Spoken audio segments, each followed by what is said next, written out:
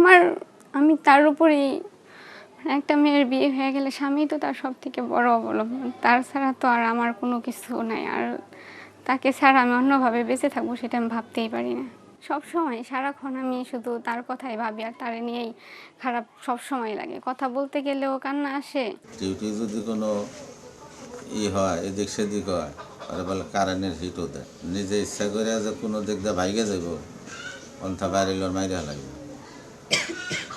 এই পর্যন্ত আমি শুনছি। তখন এই লোক দেশে আনার অত টাকা নাই, আবার দেশে আসবো কেমনি? অত টাকা নাই, আবার দেশে আসবো কেমনি? আর দেশে আসতে চাইলে তো আসতে পারবো না। তাই না আমি বাংলাদেশের সরকারের কাছে আবেদন জানাইছি, এই করা হয়েছে যে আমার ছেলেটা যাতে দেশে আসে, এইটাই আমার। আর আপনার হচ্ছে ছেলে ওখানে যাওয়ার পরে আমরা আপনার বাসায় আসলাম, যতটুকু দেখলাম চাচি অসুস্থ। এটা আগের থেকে অসুস্থ ছিল না? ছেলের সংবাদ পাওয়ার পর থেকে বউ আপনার?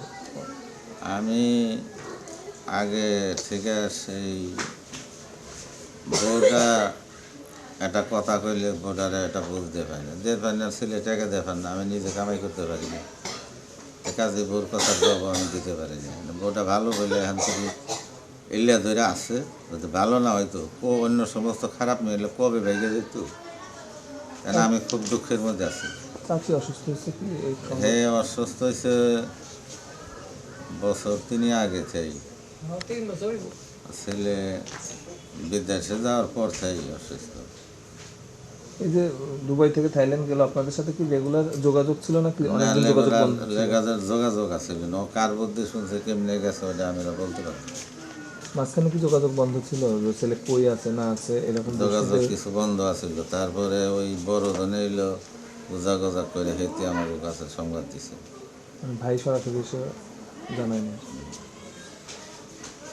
এমনিতে তো কেউ টাকা পয়সা চাচ্ছে কিংবা ভাই বলতেছে যে একটা টাকা পয়সা হইলে ওখান থেকে মুক্তি মিলবে, এরকম কোনো কিছু না। মানে একমাত্র আমাদের সরকার ছাড়া ওখান থেকে উপায় নাই, টাকা পয়সা দিয়েও নিয়ে আসা সম্ভব না। না, এরকম যোগাযোগ তো কেউ করে না। আমি যোগাযোগ করবো, আমার টাকা থাকবে না, কোনো টাকা থাকলে সে আমি যোগাযোগ করবো। বেঁচে থাকতে হলে খাইতে হয় এটুকুই, কিন্তু খাওয়া দাওয়া কিসের? যখন নাকি একটা মানুষ এতটা টেনশনে থাকে, এত বিপদে থাকে স্বামী, তখন তো আর খাওয়া দাওয়া এভাবে হয় না। আর বিয়ে হয়েছে আপনাদের, যে ঘরে বসে আছে মনে হয় যে 1 বছর সংসার করতে পারছেন না কি বেশি? না, 6 মাস ছিল, তারপরে সে দুবাই চলে গেছে। দুবাই গেছে, ভালো আছে সেটা একটা বিষয়, কিন্তু 4-5 মাস হলো শুনতেছেন সে আসলে আটকা আছে কিংবা এক জায়গায় বন্দি আছে। এই খাটে কিংবা এই ঘরে একসাথে জীবন কাটানোর কথা ছিল, মানে সন্তানরা বড় হলে তো স্বামী সংসার এই সব, আপনিও বাপের বাড়ি থেকে আসছেন সেই মানুষের উপর নির্ভর করে। এখন তো পরিস্থিতিটা এমন হয়ে গেছে যে সে আসলে জীবিত ফিরবে কিনা কিংবা আদৌ ফিরতে পারবে কিনা, এইসবের ভেতরে মনে হয় যা কি ওই কি ধরনের চিন্তার ভিতর দিয়ে বেশি ভয় লাগে কিংবা আশঙ্কা শঙ্কা? ভয়টা এটাই যে সে কি আসলে আমার কাছে সুস্থভাবে পরিবারের কাছে সে ফিরে আসতে পারবে কিনা, সেটা নিয়ে সবসময় অনেক চিন্তায় থাকি।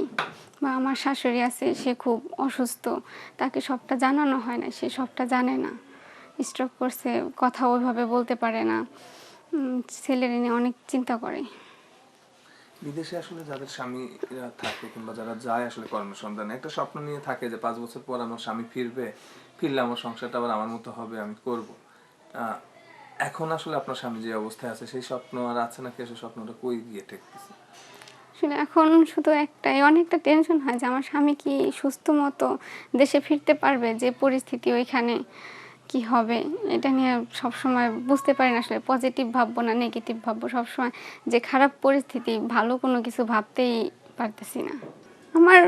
আমি তার উপরেই, একটা মেয়ের বিয়ে হয়ে গেলে স্বামী তো তার সবথেকে বড় অবলম্বন। তার ছাড়া তো আর আমার কোনো কিছু নাই। আর তাকে ছাড়া আমি অন্যভাবে বেঁচে থাকবো সেটা আমি ভাবতেই পারি না। সবসময় সারাক্ষণ আমি শুধু তার কথাই ভাবি আর তারে নিয়েই খারাপ সবসময় লাগে। কথা বলতে গেলেও কান্না আসে, খারাপ লাগে, কথা না বললেও তখনও খারাপ লাগে।